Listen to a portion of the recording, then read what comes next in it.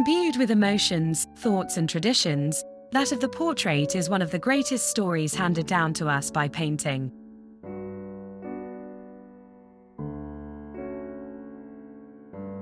Over the centuries, it has involved religious subjects, haughty looks, familiar and enigmatic expressions.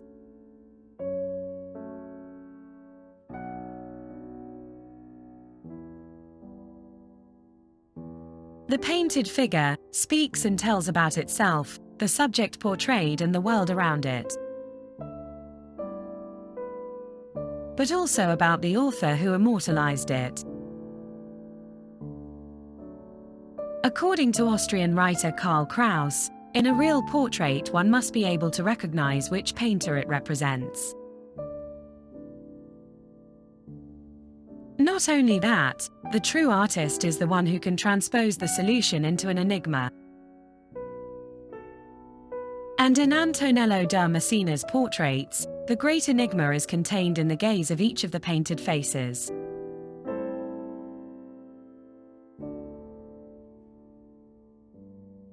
An enigma that bounces from the artist to the subject to the viewer.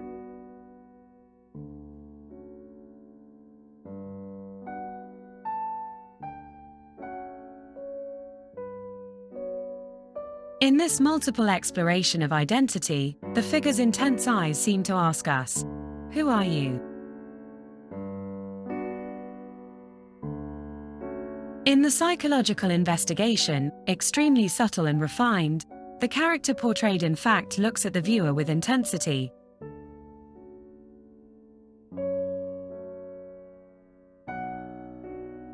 With an expression that establishes an unprecedented conversation with the beholder. At one time, this painting was thought to be a self-portrait, a hypothesis probably derived from the misreading of an inscription on its original frame.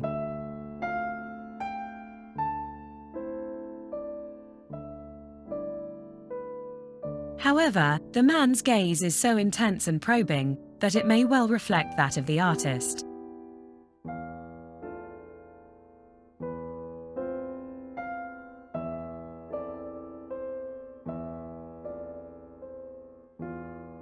In the second half of the 15th century, Antonello's portraiture reached a level never before seen in Italy.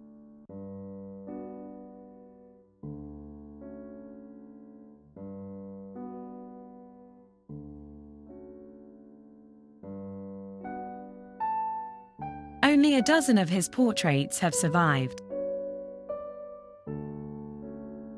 All have the same layout and characteristics. The subjects are depicted as half-length, and the volumetric rendering makes them look like sculpted busts. They are placed on dark backgrounds and illuminated by vivid, bright light. Thus, silhouetted against the background, the characters stare directly at the viewer.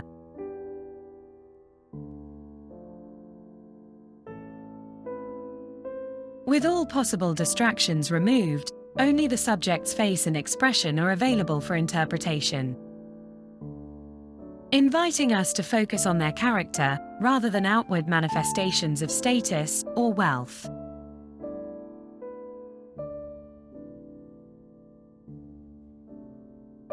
Mimic codes dominate over clothing codes. Clothing becomes functional to expression. The cloth cap is red.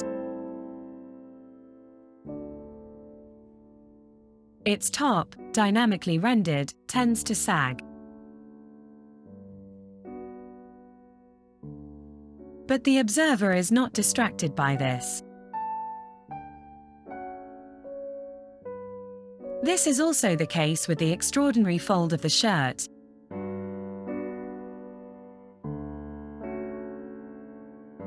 and the thickly striped tunic, simulating the softness of the fabric.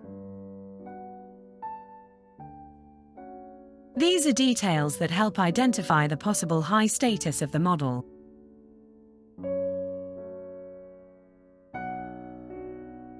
But it is the gaze that defines that role.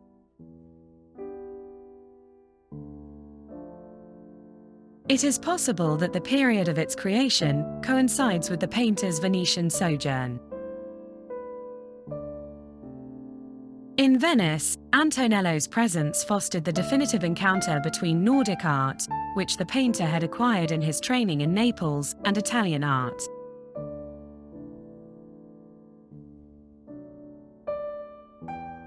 A short but fruitful period for the conveyance of new ideas and techniques.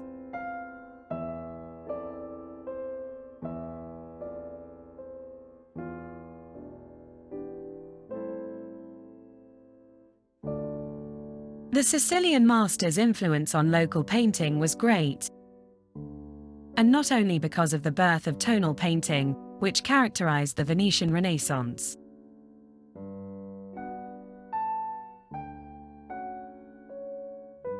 The encounter between the art of the Messina artist and that of Giovanni Bellini also gave birth to a type of portrait of extraordinary vitality, which would reach the absolute masterpieces of the mature Renaissance.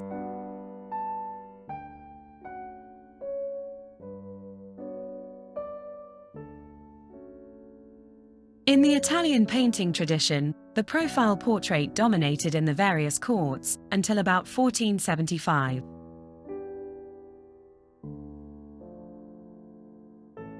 This is due to humanistic ancestry, in imitation of Roman imperial effigies.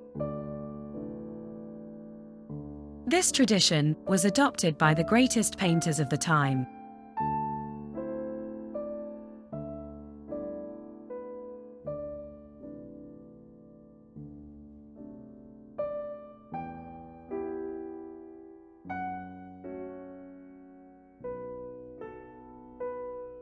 The three-quarter length portrait, following a typology derived from Flemish art, gradually established itself in Italy in the second half of the 15th century, in contrast to the permanence of profile portraits.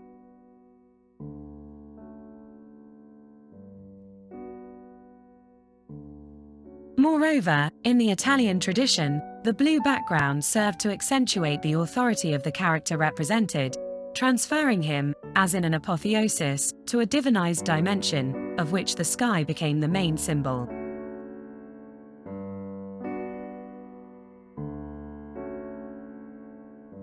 Instead, a Flemish derivation is the dark background that does not distract the viewer's attention from the portrayed figure.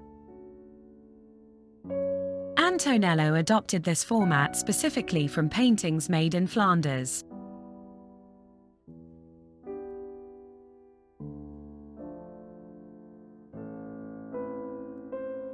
A paradigmatic example is Van Eyck's self-portrait, made in 1433.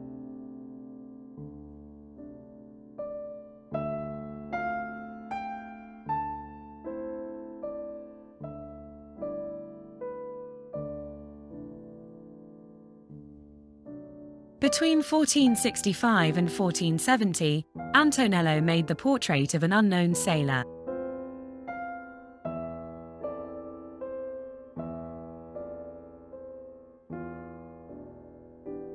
Almost like a prototype, the compositional pattern of this portrait was confirmed in later ones. The character is set in a dark background, with the torso cut off below the shoulders, the head turned to the right, eyes look directly at the viewer, establishing a mutual relationship.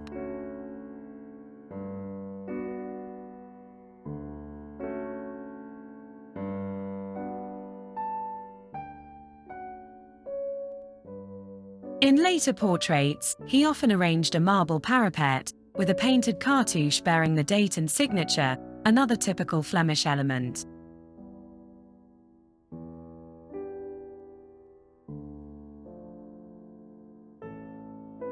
Undeniable are Antonello's references to some important Flemish artists.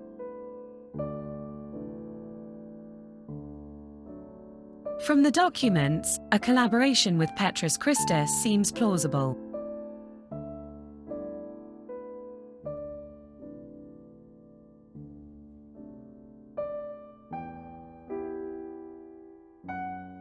painting enabled him to define a new range of textures. The luster of the pigment becomes that of man's large eyes.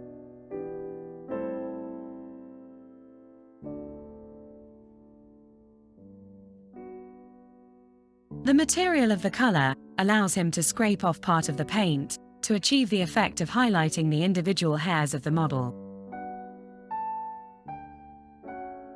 As for the beard, the lighter glazing suggests the effect of light on her nose and her sharp cheekbones.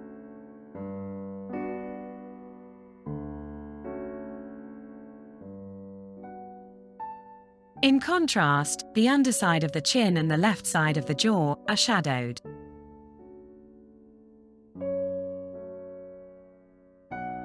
Between these extremes of light and shadow is a continuum of subtle naturalistic transitions.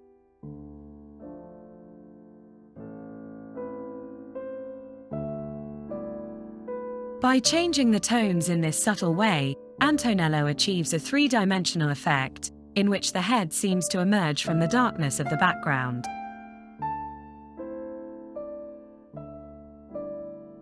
Thus, the firm volumetric setting of the figure is enhanced. Man seems to be physically present in a three-dimensional space. This volumetric superimposition on the epidermal style, typical of the Flemish, allows the psychological component itself to be best enhanced.